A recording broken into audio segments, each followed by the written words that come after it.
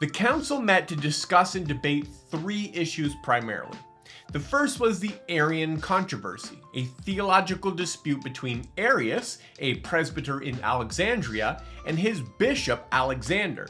The core question was the nature of Christ. Is he divine and of the same substance as the Father, or merely of a similar but lesser substance? If he is of the same substance, then he is truly God, co-eternal and equal with the Father.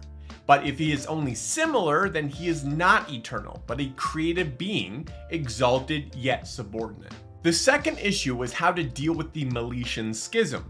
Meletius of Lycopolis, an Egyptian bishop, had broken communion with his superior, Peter of Alexandria, during the Diocletian persecution.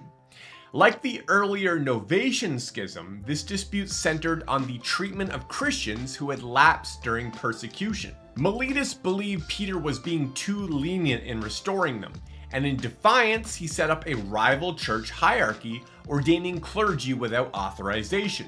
I'll start my own church. What? The council had to decide what to do with Meletius himself, as well as all those that he had ordained. The third issue was the dating of Easter. In the early church, some celebrated Easter on the 14th of Nisan, the date of Passover on the Jewish calendar, regardless of the day of the week. Others insisted that it had to be celebrated on the Sunday following Passover to emphasize the resurrection.